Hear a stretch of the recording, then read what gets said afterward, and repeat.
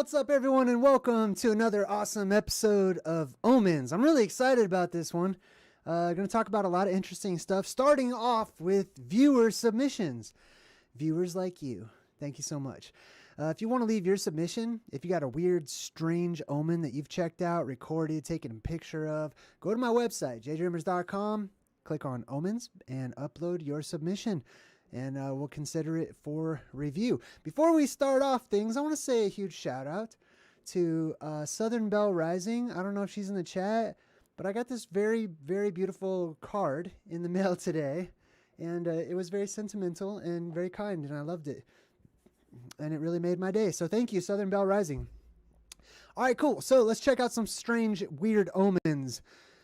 Symbols and signs of the upcoming cyclical reset that I call the plasma apocalypse. The first one is sent in by Child of Yah. I actually took this picture.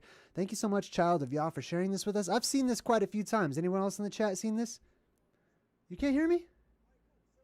Hold up. I know you guys can hear me. Yeah, you can hear me. Okay, cool. All right, so check this out. I've seen this before where it's got the chemtrail or the, what do you call it? The cloud behind the plane or whatever. And then there's a really weird shadow that goes past where the plane is. Isn't that weird? I think that's weird. I think that's really strange. I'm sure it's some kind of an optical effect. But let's get into some more serious omens here. Oh, this one is very interesting. This was sent from Michael up in Steamboat Springs. Thanks for sharing, Michael. You send the coolest stuff, man. So these are earthquake lights. So hold on, let me pause this real quick. Let me talk about earthquake lights real quick because I believe you're going to start seeing more and more of this as time goes on. Let's see. Let me back this up. Can I rewind it? How do you rewind this bad boy? Hold on. Go forward. There we go. All right, let's just pause that right there. All right, cool. So check this out. Earthquake lights. If you have never heard of earthquake lights, basically many people across time have witnessed this phenomenon, they'll call it, where the sky lights up just before an earthquake. Like there's a flash or there's, people see strange lightning or balls of light or some weird lights in the sky. These are called earthquake lights. And they appear just before an earthquake. They're an omen of an earthquake. Like they're definitely omens in and of themselves. So let me show you what this looks like real quick. So here's the flash. You see that in the background? Pa-pow, boom. And then you can see everything immediately after. And this isn't like there was an explosion off in the distance and so it's just shaking the nearby land. This is something that's happened across time. And it's been, there's so much evidence of earthquake lights. It's crazy. Now watch, you saw that flash and then boom, starts shaking all over the place. And we're going to start having more earthquakes as well. So look out for the earthquake lights. If you see a huge flash, you should probably, don't be surprised if there's an earthquake that follows behind. Let me go ahead and play this. And earthquakes are a huge omen that's coming up too. So pretty much every religious book that I've ever read, Boogled. Hey, thank you, Boogled. I totally just saw that. Thank you. Every religious text I've ever read talks about earthquakes, to expect earthquakes. Huge. We've always had earthquakes. I'm from California, but big ones. Earthquakes in diverse places. Stronger earthquakes. Longer lasting, more devastating earthquakes. But before those earthquakes, sometimes people see a light in the sky, just like you saw right there. I wish I knew how to rewind this thing. I don't know how to do it. That's weird. I don't know how to rewind it. There it is. Okay, sweet. Okay, cool. I figured out how to do it. I want to catch that earthquake flash. All right, so let's check out this one real quick. All right, boom. Boom. There. Did you see how it was kind of blue? Oh, I didn't even notice that. Hold on, let me back it up. I love playing these types of videos in slow motion if I can. Hold on, let me back it up just a tiny bit. And let's see if I could catch that blue. Boom, right there. Okay, cool. So here's one of the examples of the earthquake lights, right? I like that they caught the color on this. High five again. High five to you, Boogled. I like that they catch the color on this because I'm going to share with you what I believe earthquake lights are, how they actually physically happen in the world. So I believe that the earth, first of all, I believe that there is a hollow recess underneath what people call the crust of the earth, that there's a whole other world down below our feet. If you don't believe that, it's totally fine. Just take whatever resonates with you. I do. And so did our ancient ancestors, like by the millions and millions. But anyway, so the underworld releases pressure up to us. So it releases gases that vent up through all of the cavernous entrances and cracks and stuff in the earth. And whenever it releases enough, sometimes earthquakes are caused. The earth is just growing. And whenever it does that, it releases all of these gases up into the atmosphere. With all of these gases that are released, they go up into the atmosphere. And oftentimes I've found it's oxygen that's being released. Sometimes it's methane, sometimes it's other stuff too. It matters not. The point is that gases are released in abundance, which are going to give rise to these earthquakes because the earth is shifting on the inside and changing and releasing pressure and stuff. So whenever those gases come up to the surface, they rush up, they go into the atmosphere, and sometimes become ionized, which creates a flash. You may have seen this before. Oh, the microphone's too quiet. Thanks for letting me know. Yeah, it's up all the way. I don't know what to tell you.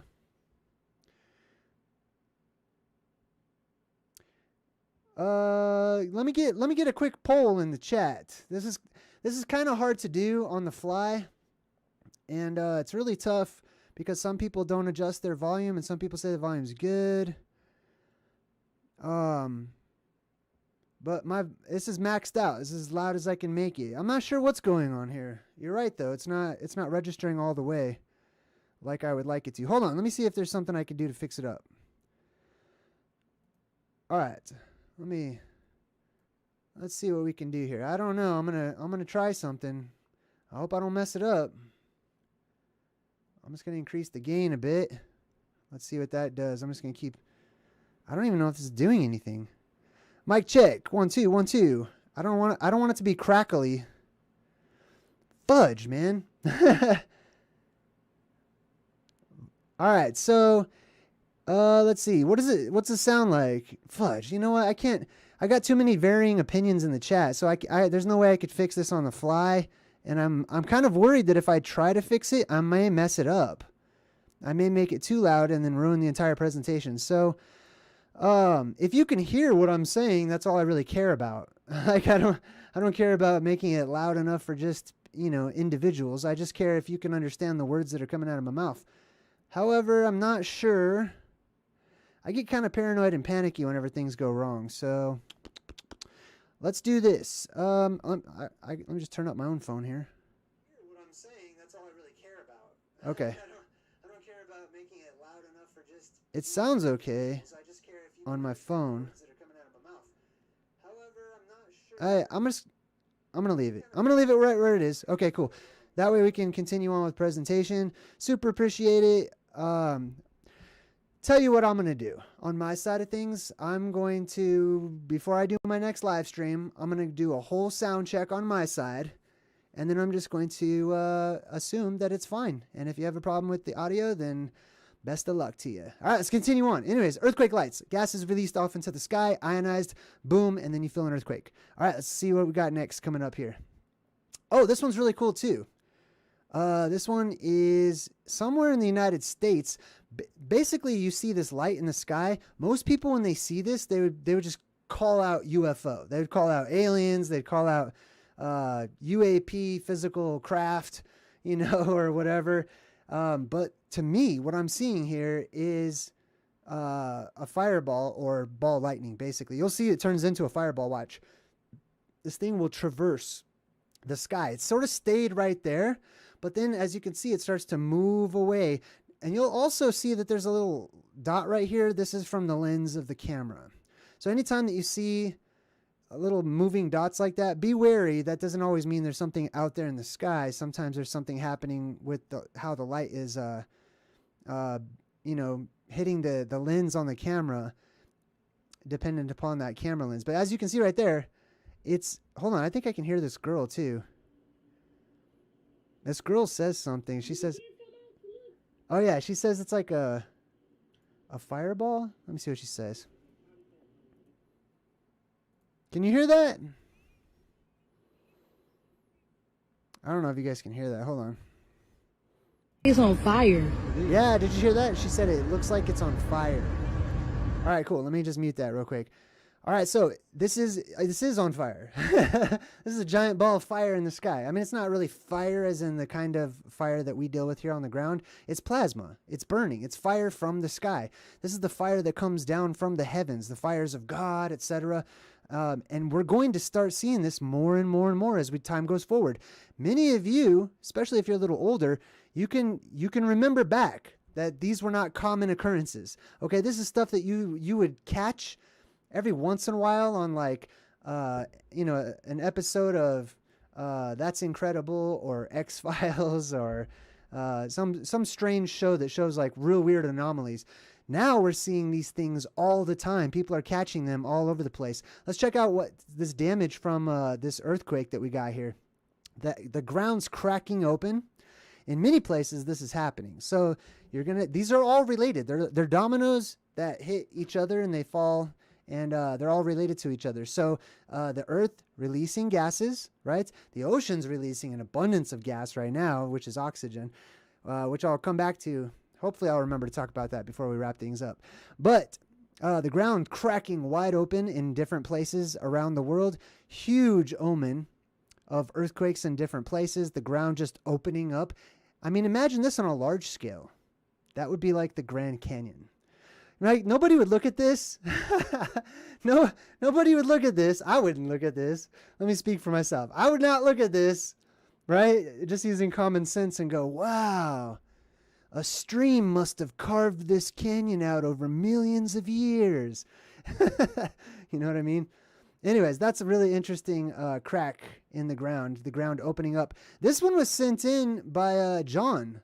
So John recorded this thing on the TV where they're playing golf and noticed this circular weird cloud in the sky. And even the guy who's commenting on the golf, which is like, okay, the dude who's commenting even said, that's a funny looking cloud. And it's like this total circular cloud that he hits this golf ball right at, which is really interesting. He even like inverts it here in a bit. You can see right here how he like changed it so you can see that circular shape. It could be a cloud. I wonder if it is a cloud. I mean, it looks it's weird that it's so round. I don't know. That's pretty strange. All right, let's check out what else we got. That one was from John Looks Overhead, and he also took this image of what I call that paparazzi lightning, right? That paparazzi lightning that's this is over Lake Erie, in the Lake Erie area, but a lot of us are starting to witness this more often. That's blowing our minds. I mean, we've seen storms before, but paparazzi lightning where it's just nonstop. And you know what the eerie thing is? Sometimes there's no thunder. How do you have that much electricity and lightning and stuff, and there's just eerily quiet, or no rain sometimes too? Anyways, the omen behind this is that it's happening more and more often as the skies become more and more amped up and electrically charged, leading us to the depressurization of the world or the plasma apocalypse. John also sent in this one too. I think I showed this last time. I just wanted to share it again real quick. This is like this weird cloud that looks like a spinal cord up there in the sky. It looks like a skeleton dragon or something like that. Okay, let me show you these awesome pictures that were sent in by Kat Van Du. Are you in the chat, Kat Van Du? I don't see you right now. All right, let me scooch this over just a bit. These are amazing pictures of lightning that she captured. So check these out. Kapow!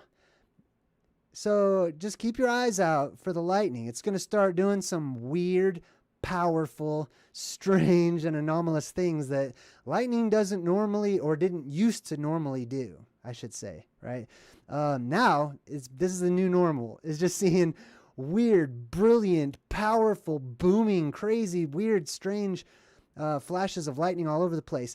Lightning, keep your eyes out for stuff like this. Powerful lightning that spreads out much further than it normally would, lightning that strikes and stays. That's a huge one. Instead of just lightning that quickly goes away, no. It's starting to become longer lasting, so that we're even starting to be able to notice with our own eyes anomalous forms of lightning that used to only last a fraction of a second, and they were too fast for us to even see with our human eyes. But now we're starting to see that. I'm going to share some examples with you guys here in just a bit. But look at that blast, man. That's all of the air. You see how it's a circle like that? That's not the individual streak of lightning. Okay, that's not a gigantic super bolt or anything. It's the atmosphere ionizing all the way around. So all of that is gas, just like those earthquake lights. This is all gas that's been ionized and all at one time, basically. And then, last but not least for the viewer submissions, this is an interesting one. We're going to start off checking out this article, too. This was sent in by Michael over in Steamboat Springs. Shout out to Michael and his family. This is a Nubian drawing that was found of a giant carrying 2 elephants like it's nothing, just carrying them around. So with that, let me go ahead and pull up this article. I want to share this with you guys. It's pretty interesting stuff. What's up, everybody in the chat? Look at all those beautiful people. Hi, everybody. All right, let's go check this out. This is some interesting stuff. I'm gonna share this stuff with you guys next time. That's pretty cool stuff. All right, cool. So this says ancient mural paintings of Nubian pyramids depict giant carrying 2 elephants and giant kings as well. So here, as you can see, like the example, here's the giant king. Way down here are the regular sized people, you could say, and the giant carrying 2 elephants over its shoulder. Ancient mural paintings of Nubian pyramids depict giants carrying 2 elephants and giant kings. Interesting stuff, and I'll show you some of the pyramids out there in Nubia. Nubia is just sort of like an area that's, the Sudan area, southern Egypt area, stuff like that. Let's see, here's the Nile, etc.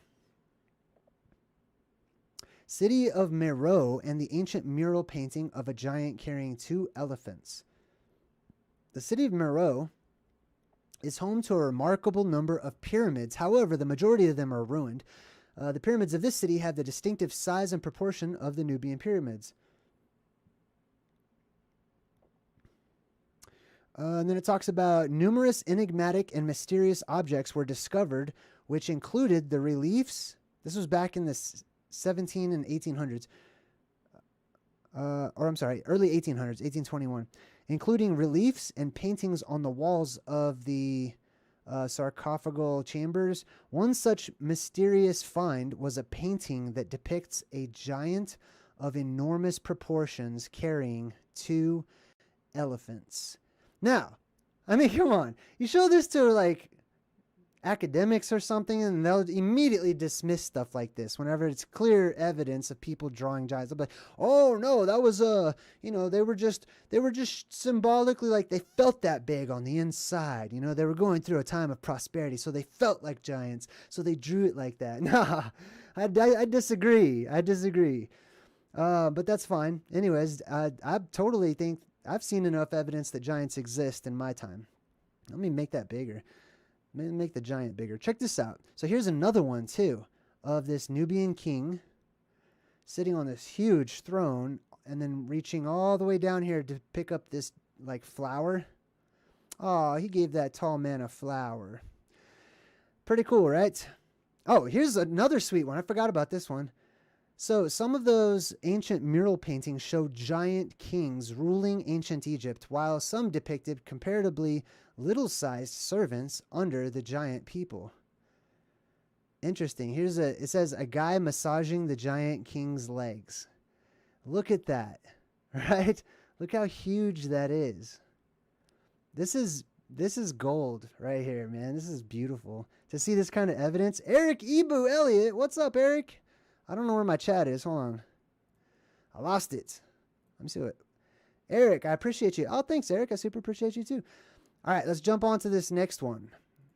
This next one says, English rivers regularly pumped full of oxygen. Or English rivers are regularly pumped full of oxygen to prevent fish deaths. Now, this is super interesting, right? So we were talking about the ocean giving off a lot of oxygen lately. That has to do with the cyanobacteria and these different types of bacteria that are growing whenever the water gets hotter and the light gets brighter, right? So check this out. It's affecting these English rivers to such a degree that they have to pump in oxygen into the river in order to prevent the fish from dying. They're trying to put oxygen into the water to keep the fish alive because all of the water is all the oxygen is getting sucked out of the water or shot out of the water, really. It's dispelling its oxygen. And so if you ever see that, whenever all these fish, die by the thousands and they're just floating up and they're like, oh, millions of fish washed ashore, that tells you, that's evidence right there. It's a sign that we're going through earth changes, okay? Worldwide, over half of the oceans are green now, not blue.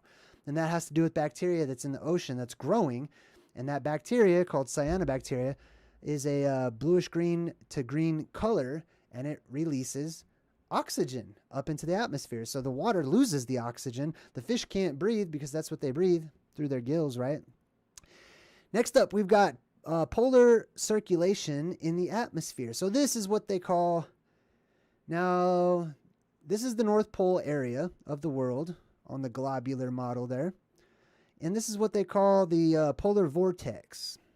This is the title of this says, a polar vortex is starting to form in the stratosphere over the North Pole and will impact the weather as we head closer to the winter of 2023 and 2024.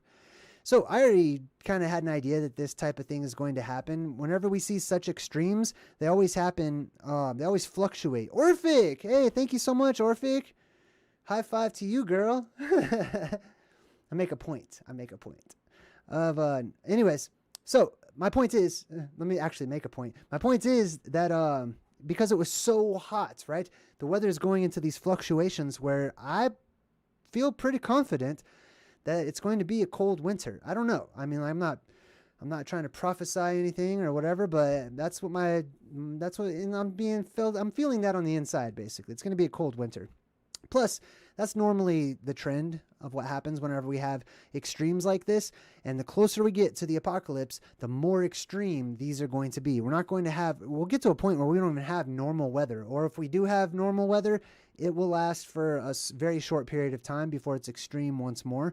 Extreme weather, as they say, and they're even saying this on the news and stuff, is the new norm. Anyways, so this is the polar vortex, and it's going in flux, and it's acting all erratic and stuff, and they're basically predicting that it's going to be a crazy winter this winter. So buckle up, get ready, and I'm sure we're going to have a lot more to talk about when the winter does come. Now, check this out. This says, heavy rain wakes up a 22-legged dormant crustacean lurking in Joshua Tree, right? What do they call these? Fairy shrimp. That's what they're called. Hold on, let me see if I got a picture. So check this out. All this rain made some mud and stuff like that, and there was these fairy shrimp that hatched in the desert. They call these shrimp, right? Hold on, where does it say that? Well, they're calling them crustaceans, which I'm glad, because they're not shrimp. I mean, like hold on, I'll get there. Look, female San Diego fairy shrimp. They call these fairy shrimp. Like you want to eat these? You know what I mean? Anyway, these are bugs, okay? Let's just call it what they are, okay? These are bugs.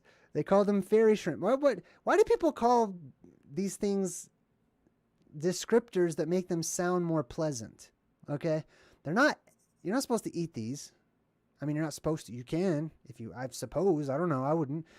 But these are bugs, okay? And another weird thing is that the sign in the omen is that these are waking up. These type of strange looking creatures are starting to be found more and more. Stuff that they thought was extinct or stuff that they thought was from the dinosaur period or dead or whatever. All of these weird, strange, monstrous looking creatures are starting to make their way to the headlines as popping back up, right? That's because we live during a time whenever, this is from my perspective, but the closer we get to the crux of time, and I would say the crux of time is the apocalypse itself, the beginning and the end itself, right? So the closer we get to that reset point, the more all time or all things throughout time sort of reappear all at once. It's a conglomeration of everything all at once as everything becomes mixed up. And that's the reason for that, I believe, is the energetic fluctuation that the world goes into, and it affects everything. So we, in turn, go into flux. We stop our traditional decades of, moving forward and progress, and it's just like, it's an amalgam. It's a mixing pot, basically, whenever the world goes into flux energetically. Now, this next one right here, this is an interesting little article. Check this out. This says, This says, once again, innovation and proliferation ended with catastrophe, the environmental disaster of plants taking over the world. This is an article from Live Science, and they're talking about plants taking over the world in relationship to like the apocalypse and whatnot. But this part of the article I found to be especially interesting. Check this out. This makes a reference to an influx of oxygen in our world, which I'm going to start talking about more and more. Oh, Joshua Adams, I just saw your little super chat donation. High five. Thank you, Joshua Adams. Love catching these episodes. Appreciate your work. Thank you. Appreciate you too. All right, so check this out. This evolutionary leap allowed them to become arguably only the second group of organisms, and it's talking about, I believe, cyanobacteria.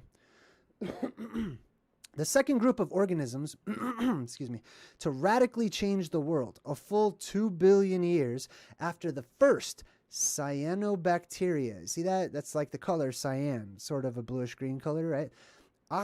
After the first cyanobacteria oxygenated the planet. You see that?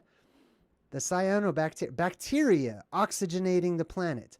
Their world-changing predecessors precipitated a great oxidation event. Yeah. That was likely the biggest environmental disaster in history. Yeah, well, they're getting pretty close, I'd say, right? Those are those blue beams of oxygen, all of those ionized gases that the Earth releases whenever the electromagnetic field below us is released, right? Once it's released and it goes into a neutral point, all those gases that are being held inside the Earth, bam, explode out into the surface and become ionized and fill our world with oxygen. But however, we're getting a fresh supply of oxygen right now from cyanobacteria, which is growing in the ocean. That's why the oceans are no longer blue. They are green, or you could say blue-green, but mostly green in most of the ocean right now. And that's the bacteria that's growing. Keep in mind that that green can easily change into red and turn into red tide, right? Which leads us into various parts of the book of Revelation. The great oxidation event. I like that. I like that they know that there's something that happened where oxygen was introduced into our world. I'm glad that they're not saying, you know, that there's oxygen comets over millions of years that smashed into the Earth, kind of like they explained the ocean, right? All right, so let's check this out. What's happening with the Space Force? Space Force launches spy satellites. Wow, what a let's announce that to everybody, right? Hey everyone, we're launching satellites to spy on you. Just thought we'd give you a heads up. You know what I mean? Like, I doubt it's for spying. I don't know. Like, but I mean, come on. Isn't that a little contradictory? Doesn't that mess with your common sense that they publicly announce, you know, like, come on, you can watch any spy movie. You're not supposed to tell people you're a spy. You're not supposed to tell people that you're spying on them. Then it's no longer like spying. It's just being weird and creepy. You know what I mean? Anyways, I thought that was funny. All right, next up we got NASA's Perseverance produces breathable oxygen on Mars. Check that out. So, hold on, let me just bring up some pictures here. Not only do they have Johnny Five chilling on Mars, robot, rover, Red Rover, sending oxygen right over. So, not only do they have, that's terrible. Not only do they have this rover on Mars. Jesus, this is so dumb. Because it's not real, okay? In case you don't get the joke, that's not happening, okay? Anyways, so not only do they have a rover, a car, a remote control car. They're remote controlling it from what was it? How many miles away is Mars? I keep forgetting. It's so far, I don't even care how far away it is because it's not realistic to me personally. Anyways, so they have cars on Mars. They have helicopters on Mars. They're all remote control or whatever. And now this robot car makes oxygen. They're just filling it up with oxygen, right? I don't believe it at all. But it is an omen.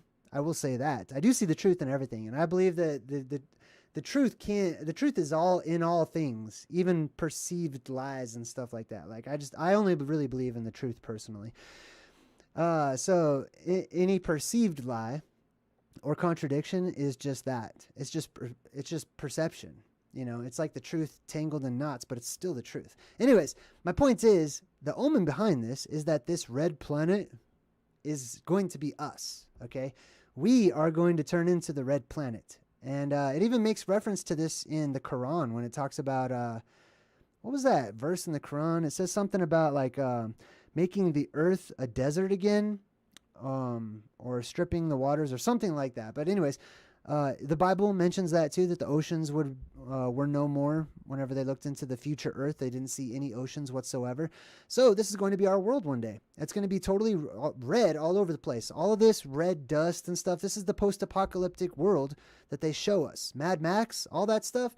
This is the world that this is our world. Okay, it's not way out there and it'll never happen to us. No. This is going to quickly happen to us. That's because of the influx of oxygen into our atmosphere. Oxygenates, or it causes oxidation of all this dirt and debris. LM, hey, thank you. High five, LM. Let me see what you said in the chat. LM says, Jay, I rarely get to catch the live streams. I've learned so much from you. Thank you. That's awesome. I'm humbled. It's an honor.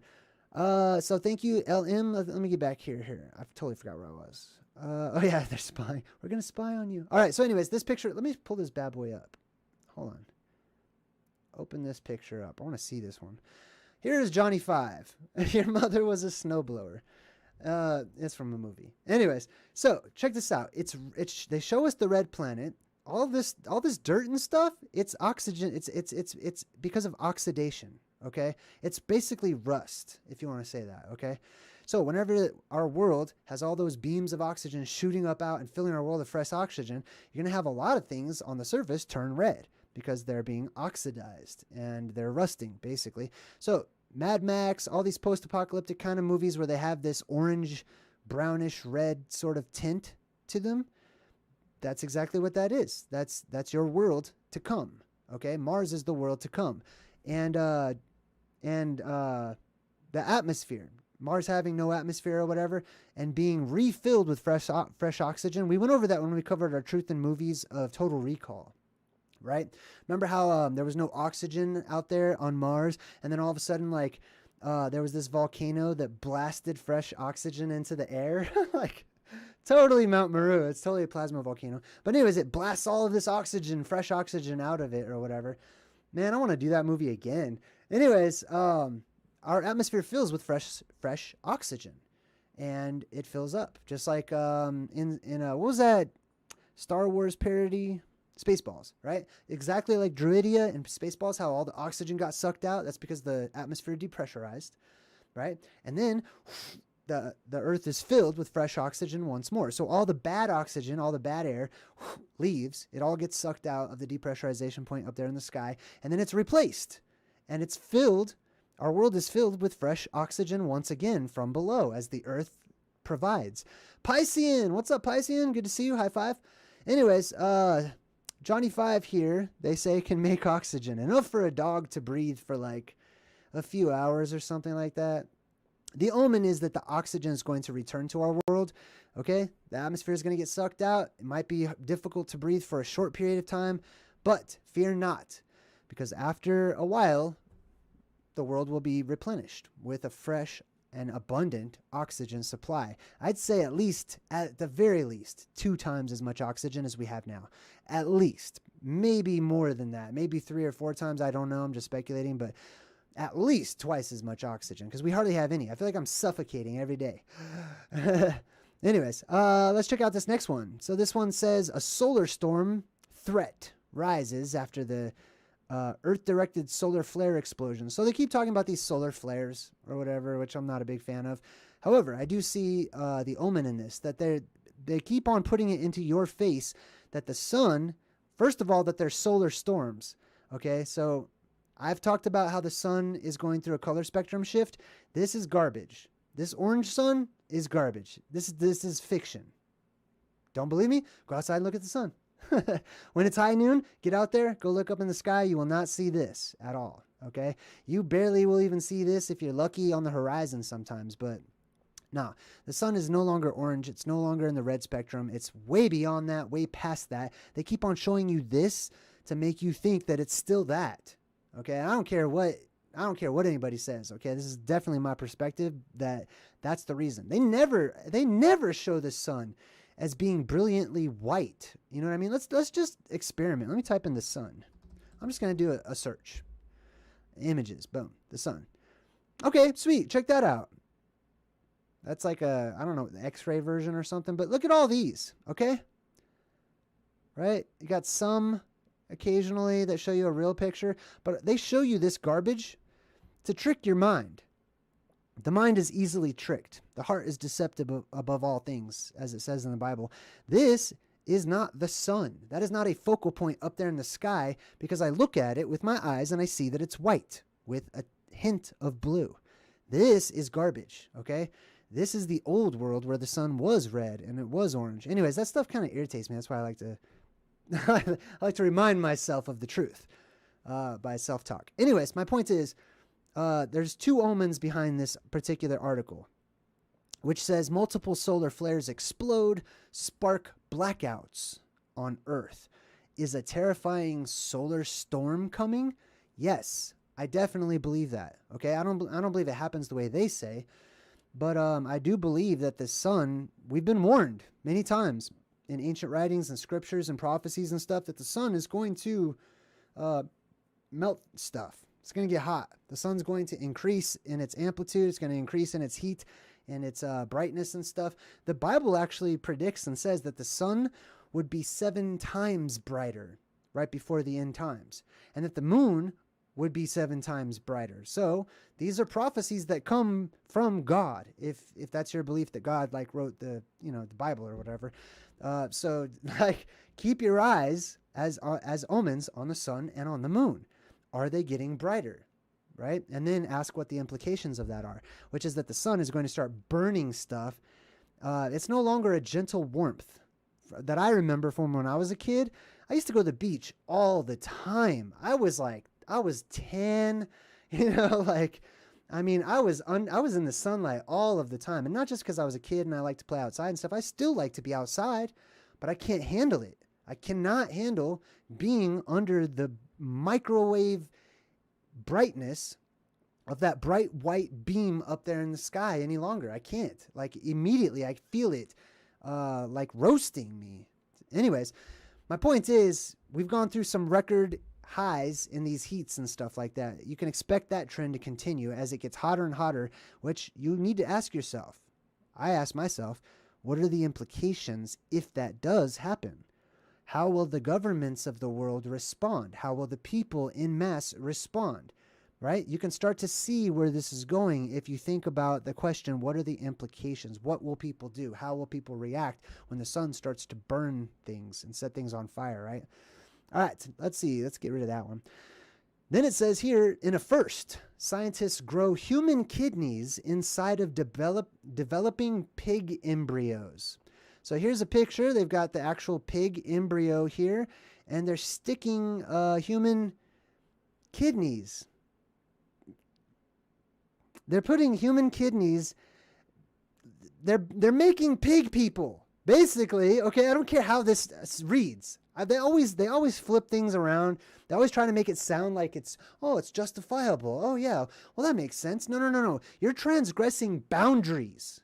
Okay, not you. Sorry, not you, but the general you out there. Okay, specifically them. Okay.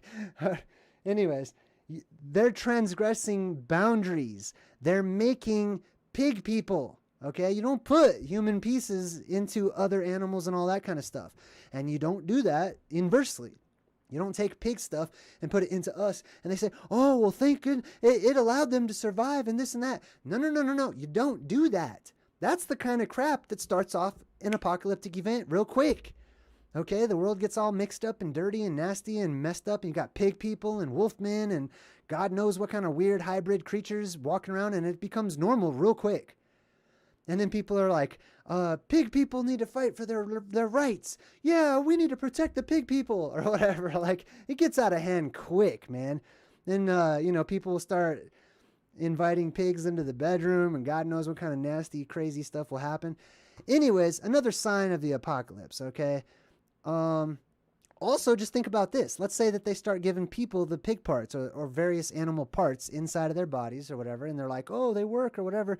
And then the world-changing, life-changing energy, the Spirit of God, or however you like to see it, enters into this world, and it's Judgment Day. And this spirit or this energy goes around trying to make sense as it sees into the electromagnetic spectrum, and it reads the DNA, and it reads the chemical coding that's inside of everyone's body, and it tries to fix it and fine-tune it and adjust it. And then we have mutants and all kinds of weird stuff happening.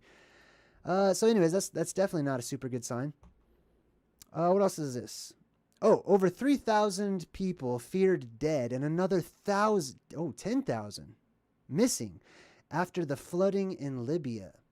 So for those of you who have not heard about this, Libya has flooded, and there's an abundance of water that's flooded Libya, and people are missing and stuff. You can expect a lot more of these types of things too. Floods and things like that. Especially, think about this. It's like it was the hottest few months we've ever had on Earth in recorded history, in modern recorded history. And what do you think happened to all the water? Like all that super hot water it's evaporating, obviously.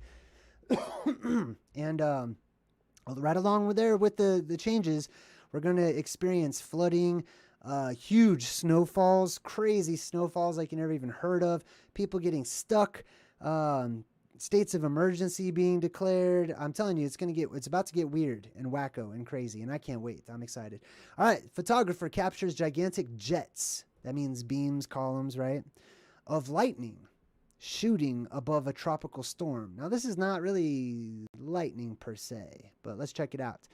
So look at this. It says a gigantic jet seen shooting upward from a tropical storm in Puerto Rico in August 20th.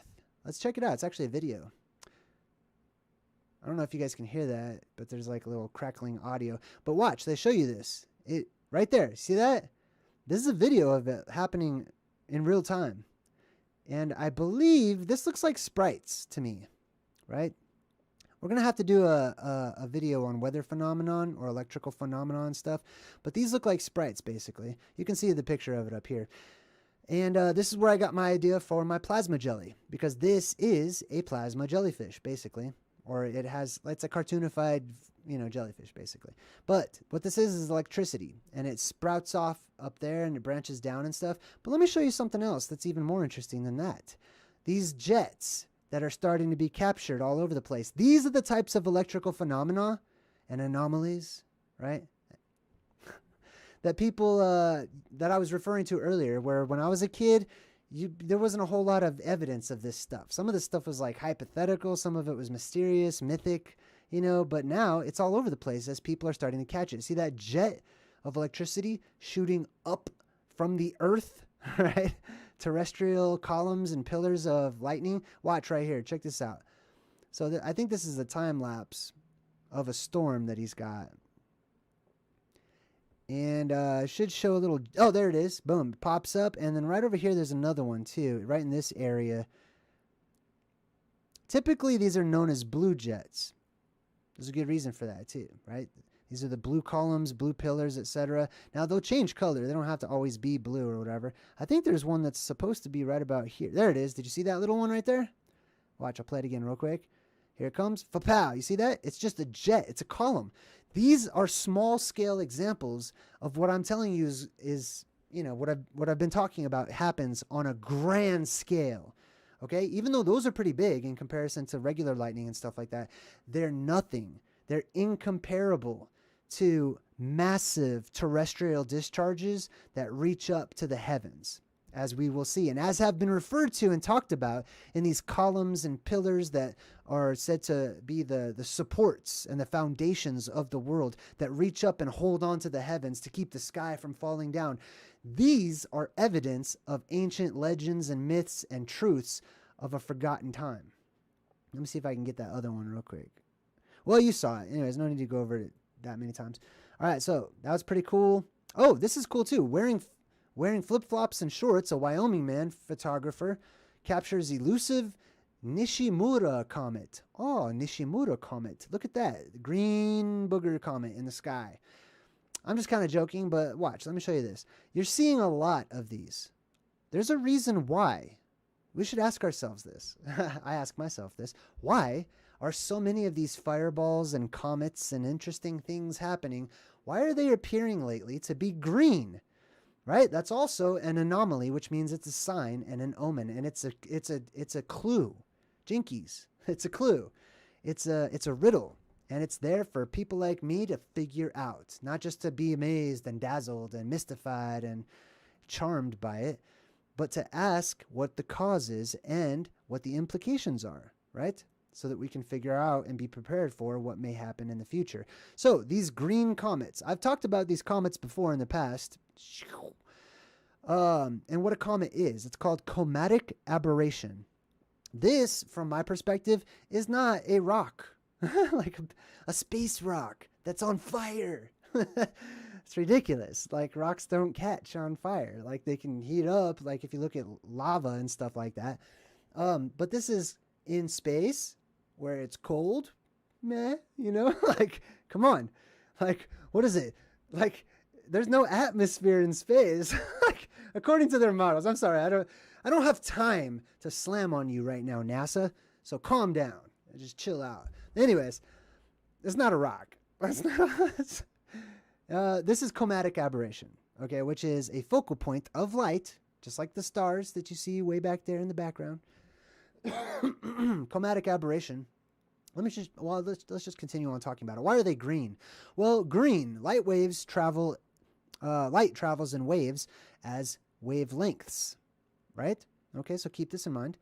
Some wavelengths, like how far that wave stretches, basically, are easier for humans to see.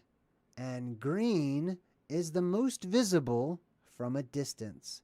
So let me show you what this comet, right, really is whenever we take a look at optics, right? If you take a look at things optically, you have this lens is our firmament, okay? This is the sky, basically, in this example. Now, whenever light passes from the heavens through the firmament, and then the physical plasma wraps around and conforms to the barrier, but the light passes through it, right? It refracts at the angle, comes back in, and it creates a focal point. However, whenever it hits an anomaly on the dome, which could be another dome or a crater that's on the dome itself, especially when it hits the edges, it creates what's called chromatic aberration. And whenever you see these different colors, this is chromatic aberration, which also typically it can come with chromatic or a coma or a comet aberration. An aberration just means it's an anomaly, basically. Okay, so it's a comet anomaly. Is the fancy way to say that is chromatic aberration.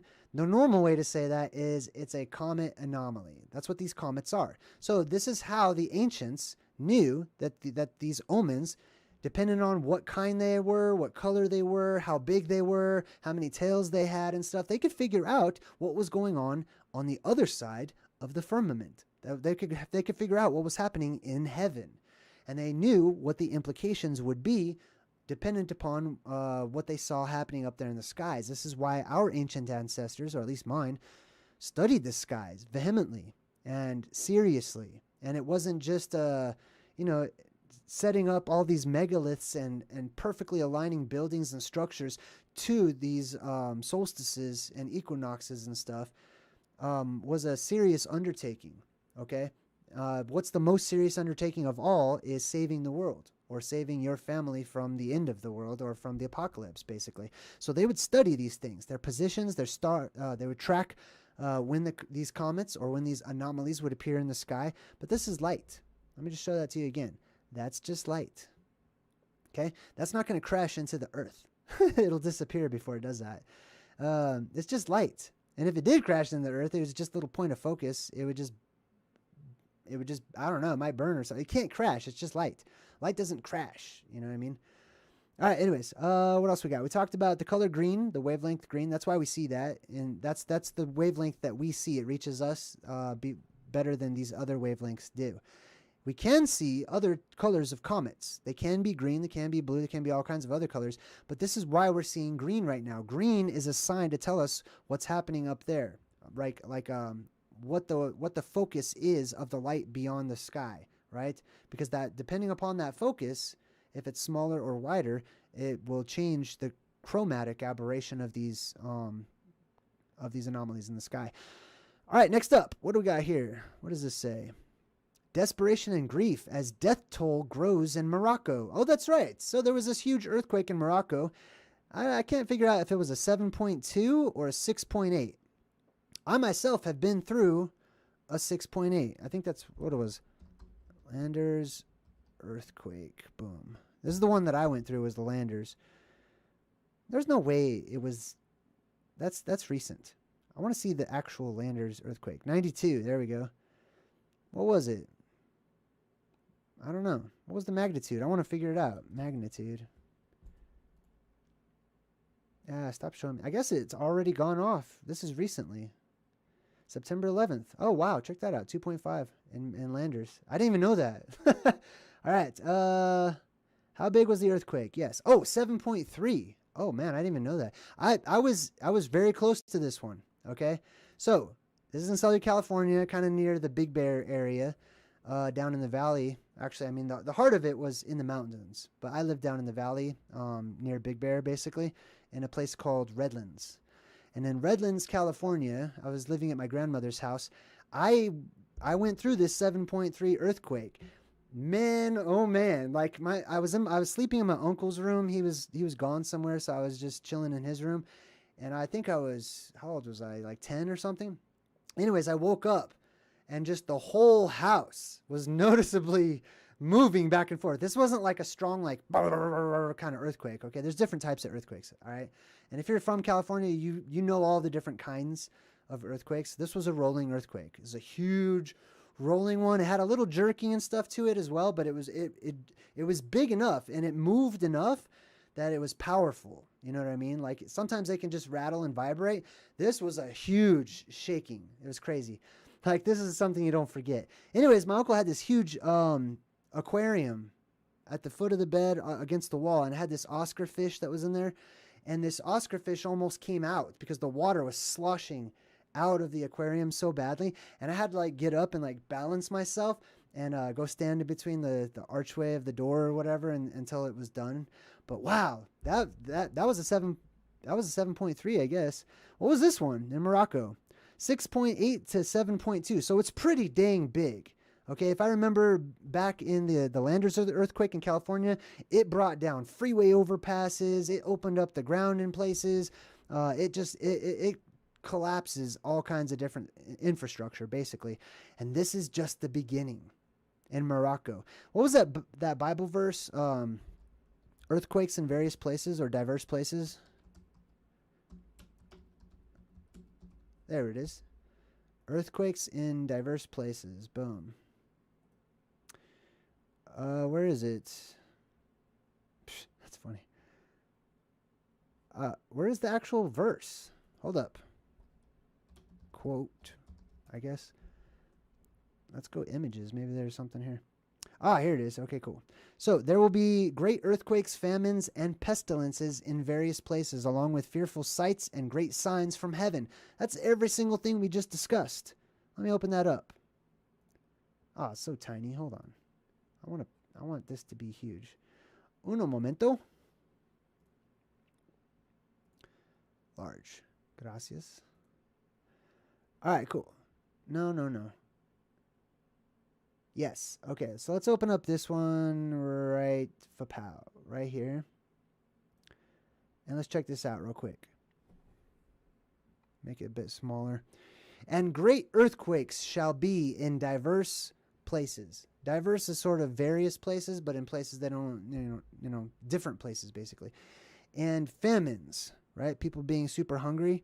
Well, that's not hard to imagine. Nearly everyone in the entire world, it seems to me, feeds off of grocery stores. So all you have to do is have something happen that shuts down all the grocery stores, and you got famine immediately. People are going to be freaking out because they don't know how to put a little magical bean in the ground, and it creates food for life. Anyways, pestilences. Pestilences are happening a lot because of all the different things that we're seeing, right? Dead bodies obviously are going to create pestilences. Dead fish rising up out of the oceans, all the dead animals and stuff. The bacteria especially, okay?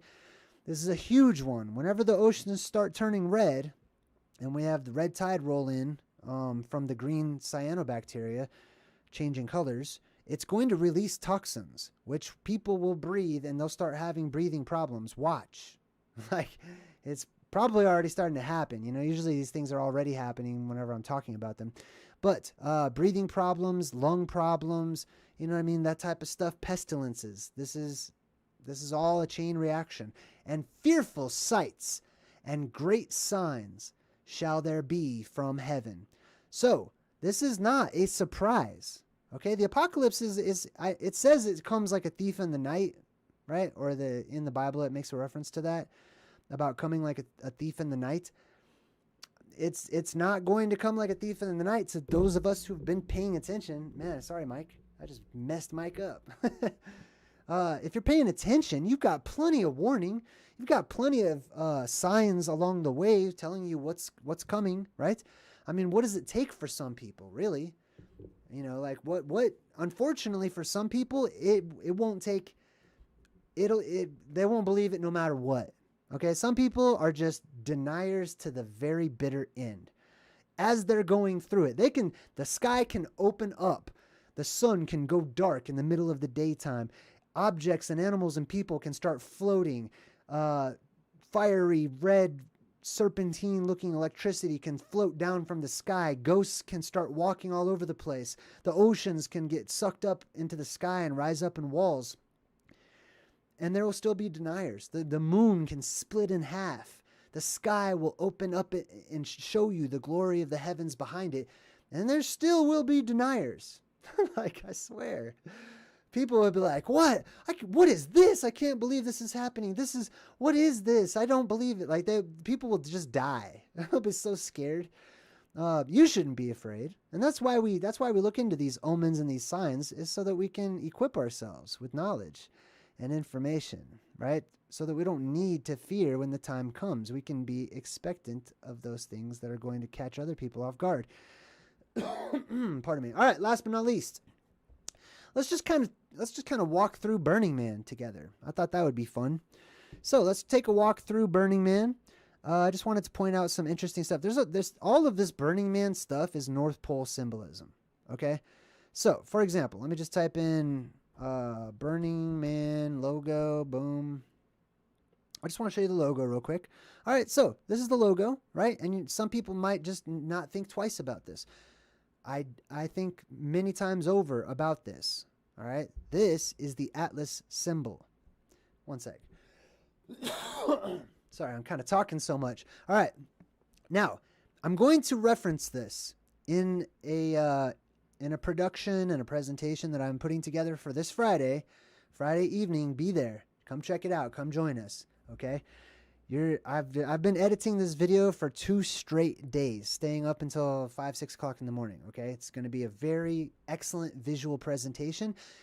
It'll make an appearance. Burning Man logo will make an appearance in this video. But anyways, my point is all this Burning Man stuff is all symbolic of the island mass at the middle of the world. Let's just go ahead and pull up the classic Mercator map. Let's see. Boom. All right. So this map right here. Let's see if this is a good one. Yeah, that'll work. Okay. So I talk about this island right here in the middle of the world, Hyperborea, Eden, whatever you'd like to see it as. Okay. I'm writing a book about it right now, or a second book really. But it's all about this. This is the place of emergence for our world. For many tribal peoples, the world across, they said that they came from the center of the world. This is that place. All right.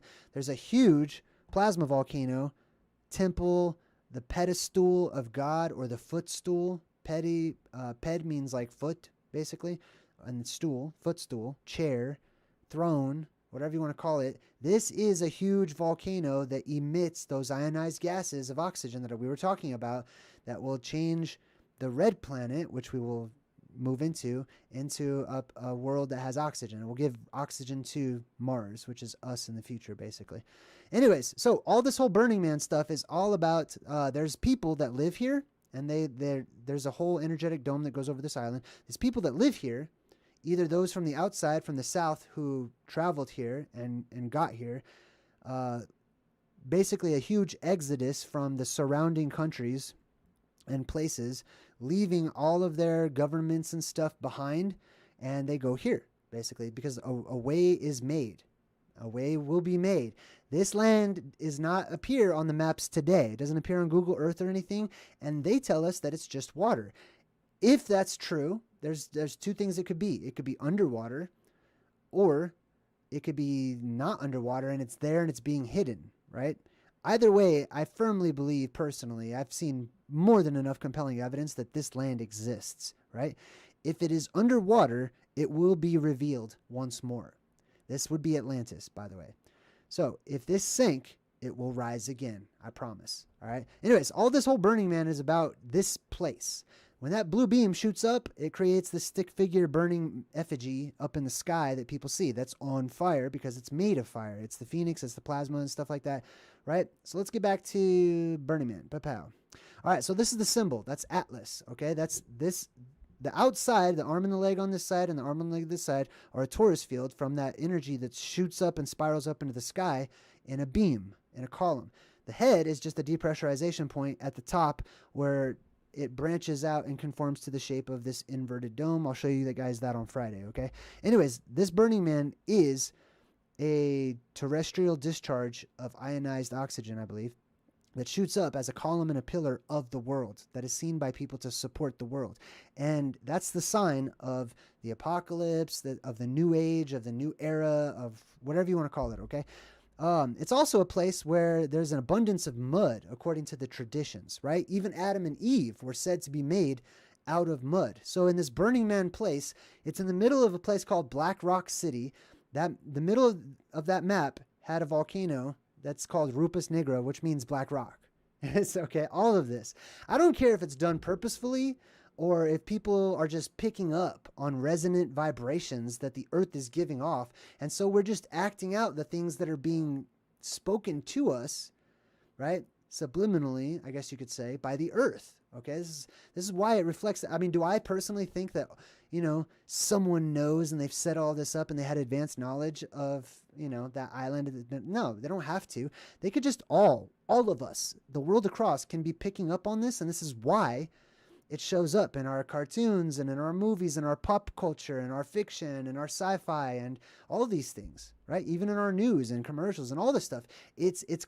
There's no way that there's like millions and millions of like Illuminati insiders that really know what's going on. And so it's possible, but I feel like it's more likely that it's all of us tuning in without realizing it, right? We're listening to the song of the world without realizing what we're listening to.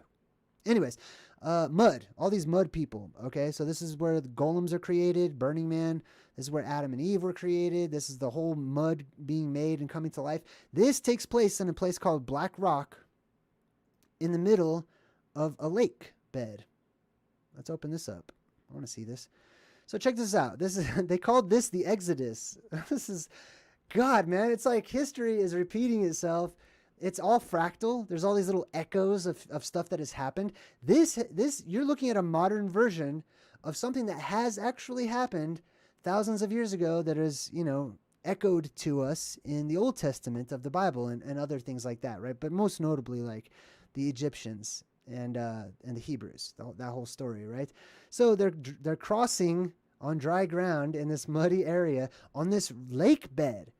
So there's a lake in the middle. I might as well just leave that Mercator.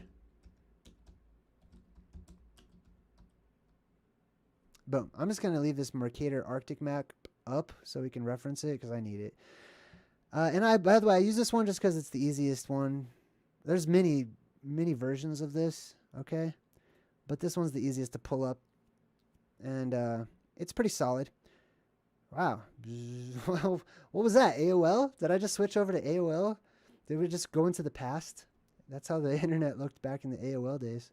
Do they still have AOL? I don't know. Anyways, So check this out. This is the black rock. Rupas nigra et altissimas. You see that right there? High and lofty black rock. That's a plasma volcano. It's a black plasma volcano. Probably black because it's like rusted over and stuff like that, I would assume. I believe that whenever the electricity hits this again, it won't be black anymore. I think it's actually going to tear apart all the caked on black crap that's on top of the mountain, and it'll change it to a shining surface. Anyway, see that big lake around it?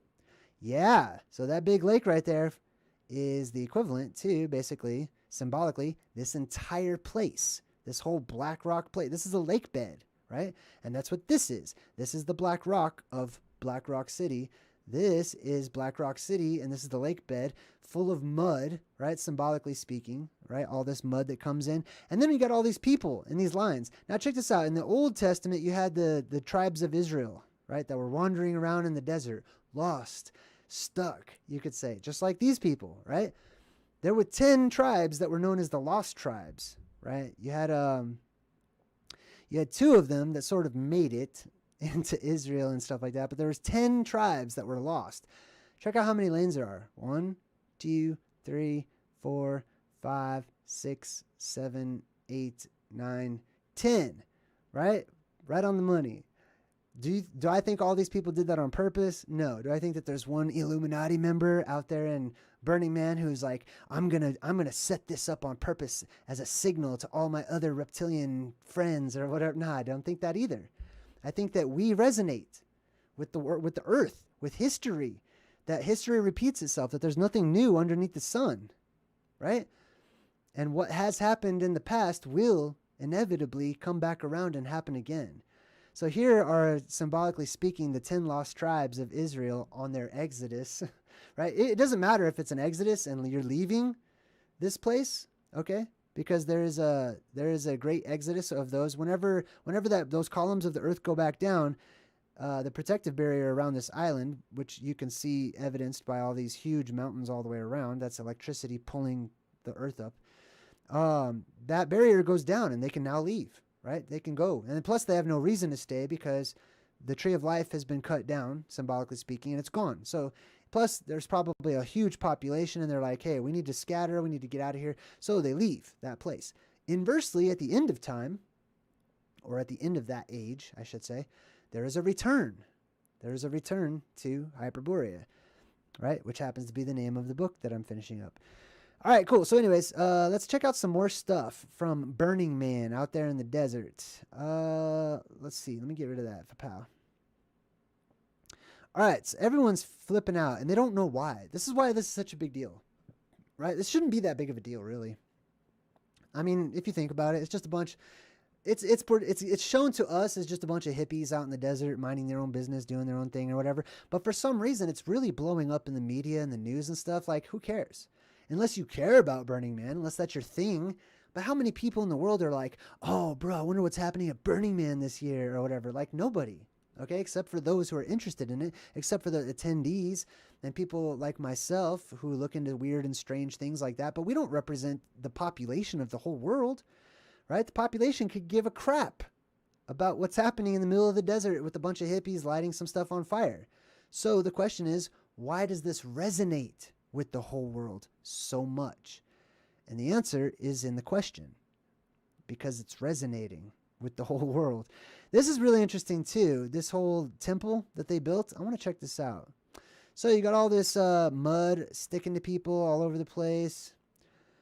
This is what it's going to look like in many places when the oceans are removed and the lakes are removed and all the waters are going to get sucked up as buoyancy increases for a time in our world. When the atmosphere depressurizes, all the waters will get sucked right up into the sky, and it'll just be mud, right? And I have a theory about the Hebrews and how they were able to keep from getting sucked up too. Is it may be that they just stuck their feet so far down in the mud that they just grounded themselves as they passed through, and they just slowly trudged on, sticking their feet way down one after another, way deep in the mud to keep themselves from floating up into the sky. That's a possibility. Just keep that in mind. Chris Rock, he was there. It blows my mind how many celebrities go to this place. you got to have a lot of bodyguards or something. I don't know. Like, you know what I mean? I don't know. Like, it's weird to just imagine celebrities just walking around amongst regular people when there are so many psychopathic and weirdos out there these days. I don't know, man. But symbolically, it's like this dude was destined to be there. Chris Rock, right? Chris Rock. His last name Rock, right? Obviously, we've sort of talked about Christopher, Chris. I can't remember. Cross, right? The Cross Rock. Anyways, all this mud sticking to people. What else we got? I want to see some of these structures. Oh, here's the Burning Man one. So here's the Burning Man right behind my head. So you can see this is the pedestal portion of this right here. And these are those hexagonal type structures, kind of like at what do they call those? What do they call those tubes of rock that shoot up and they're hexagon and you know what I mean? They have them at Giant's Causeway and stuff like that. Anyways, the reason that they take that shape is because of the frequency that is forming it. Basically, the frequency of the electricity that hits all this mud and stuff will conform it through cymatics to a particular shape, right? So you can tell what the frequency was just by looking at the shape that it leaves behind in the mud or the petrified rocks and stuff like that.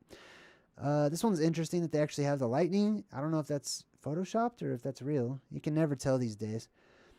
Where's that one? I saw a really interesting picture. So everybody's just chilling. It looks fun to me. Oh, it's very Mad Max style too. Okay, so this is post-apocalyptic symbolism in your face. People want this.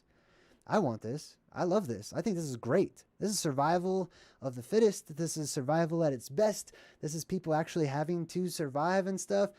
So I like this. It's a forerunner, basically, of the world to come. That Mad Max world this is practice, basically, for the Mad Max post-apocalyptic world that we're inevitably heading into. So all these people, they gather around this central effigy, or the Burning Man, which is that light that shoots up out of Rupus Negra, and then they create this sort of semicircle all the way around it. And then there would be lands that you would not live in, too. So, for example, check this out. On this right here, can you see right here? There's some Latin, it looks like. Let's check it out. So, right here, it says, Hoc insula optima est et salubrima totus septentrionis. All right, so basically what this says is this island, see how it's quadrants? This quadrant of the island is the best. Okay, so it's the most habitable, the best place for a person to live and to be because it provides the best conditions for life, or for human life, I guess, right? And so there was sections of that island that were known for being either totally desert areas, right? Which I'm still kind of working out which ones those are, but there's ones that were good for living and good for human life, and other ones that were just desert and electrified desert at that. Let's see what else we got here. I'm just kind of just checking it all out. I haven't like prepared any of this. I just want to scroll through. Oh, this one right here. This is their temple. So this is really interesting too. So this is, let me open this up. So this temple that they have is a replica. I don't care what anybody says. Like, to me, this is a replica of a type of Mount Meru symbolism, right? And actually, I feel like this is when it's fully built. I'm going to show you some other pictures too. But this is the Mount Meru, and this is the beam shooting up out of it, right? And then this would be the lake all the way around it. This is the crystal lake, the crystal clear lake, no impurities, fresh water. You could drink it, as many of the legends refer to. Look at all these different things that they build out there too. I like seeing all their interesting little sculptures and stuff. I might go next time. I don't even know when this is, but it looks awesome. It's alluring to me, I guess you could say. It looks fun. But anyways, this whole thing, so I know that there's a lot of people out there that they believe that, like, there's so much symbolism. You can't deny that, right? Like, the symbolism is just off the charts insane. Some people believe it's done purposefully. I'm not so sure, right? People think that there's like all these weird spell castings and things that are happening. I just see ripples in time when I look at this. I see time ripples. I see the time repeating itself. the past repeating itself, and I see omens of the future and things that we can expect to experience in our lifetime. This one looks a little better. You can actually see like sort of quadrants right there, right? Oh, this one too. This is the one I actually was looking for. This reminds me, this is such Mount Meru symbolism. At the beginning of like all the Disney movies, when I do Truth in Movies, they always have Tinkerbell fluttering across the sky, making a dome right above Mount Meru, or the castle. Okay, the castle is Mount Meru, which is crossed by 4 rivers. Don't you think it's strange that the Disney castle is right in the center of 4 rivers that cross each other? And the Burning Man, right, that shoots up out of the top or whatever and touches the dome or touches the sky or whatever.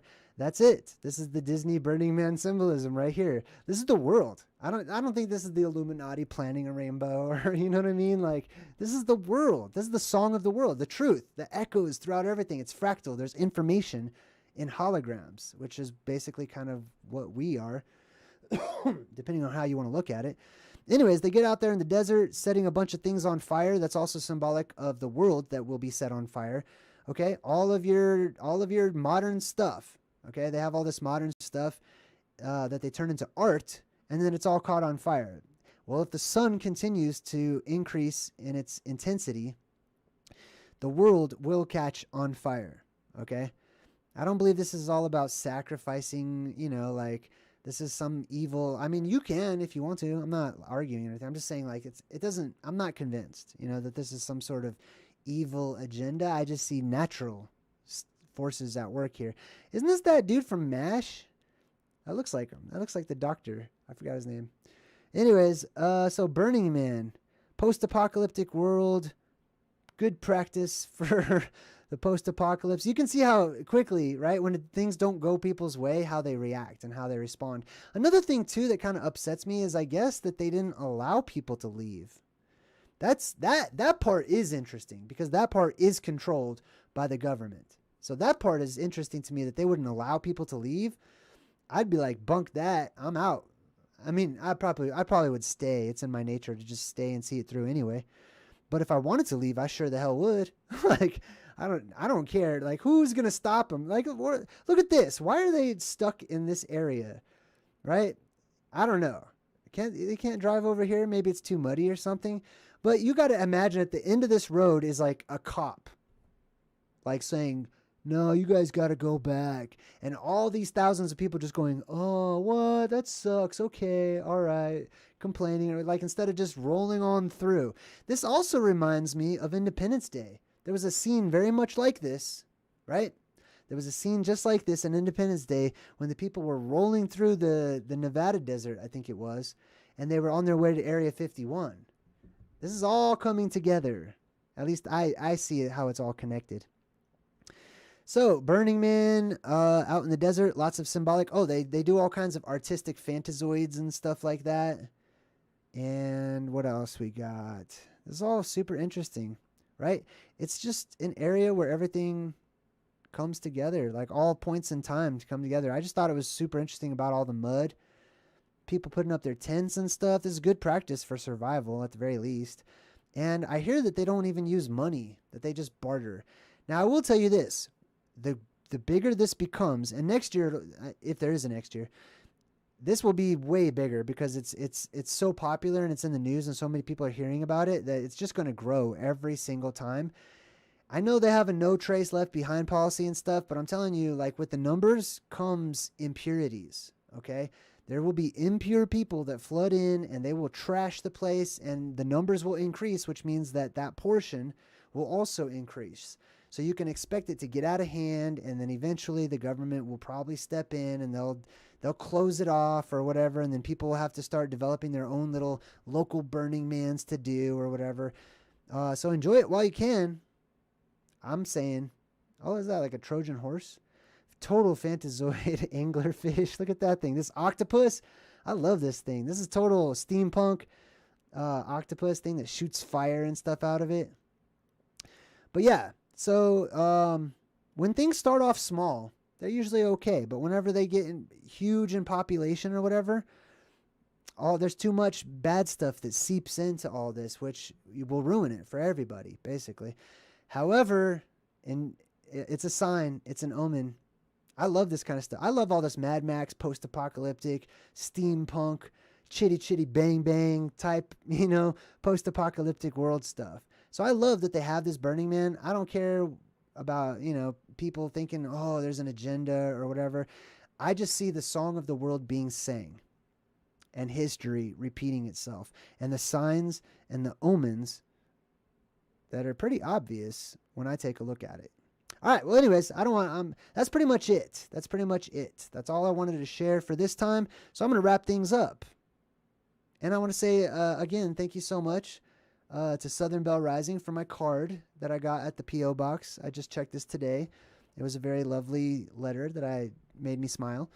So thank you, all of you, so much. I'm going to go back and check out the chat. I haven't really seen the chat this time. See what everyone says whenever the video's uploaded.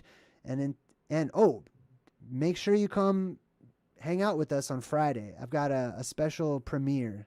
Okay, it's going to be a premiere, something I've been working on very hard. And there's lots of cool visuals and stuff like that for everyone to check out. So come join us Friday evening. And I'll see you then. Until next time, I'm JayDreamerZ saying good vibes and goodbye.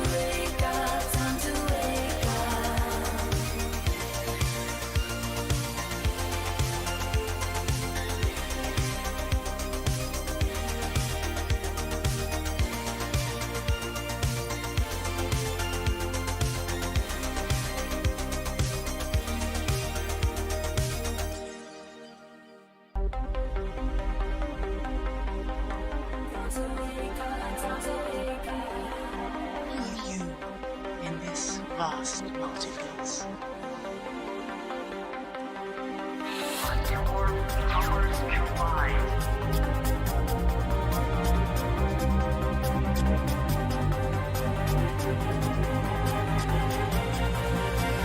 Live at your train.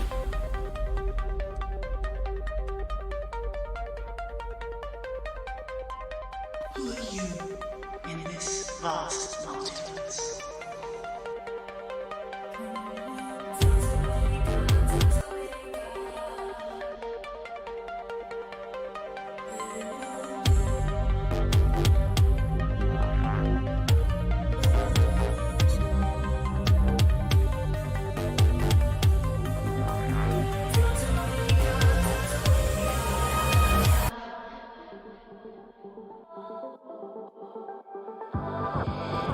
When your world stops spinning and you got no place to turn, yeah. And when you grasp for a glimpse and the things that you never learned, yeah. Then you take a little while to remind you of the one you were, and everything will be recalled, yeah, yeah. Dream a little harder, love a little louder. Everything will be recalled, yeah, yeah. Take me back to the time of 85, yeah. Take me back to the time when you were mine, yeah. Dream a little harder, love a little louder. 85, take me back to the time of 85. When you dream about places where there's no sense of time or space, yeah. You don't need to pour yourself